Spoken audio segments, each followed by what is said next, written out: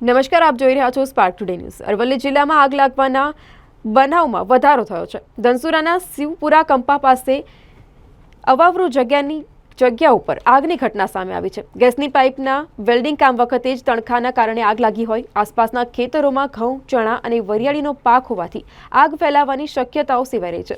મોડાસા નગરપાલિકાની ફાયરની જે ટીમ છે તે પણ ઘટનાસ્થળે પહોંચી હતી। આગ ભીષણ હોવાથી બે ફાયર ફાઇટરની જે ટીમ છે તે ઘટનાસ્થળ પર પહોંચી હતી। તેમના દ્વારા કામગીરી હાથ ધરવામાં આવી હતી। શિવપુરા કંપા નજીક થોડુંક આગળ આવતા 1 કિલોમીટર આગળ આવતા એક અવાવરી જગ્યા પર જમીન પર આગ લાગવાનો કોલ મોડાસા ફાયર વિભાગને મળ્યો હતો।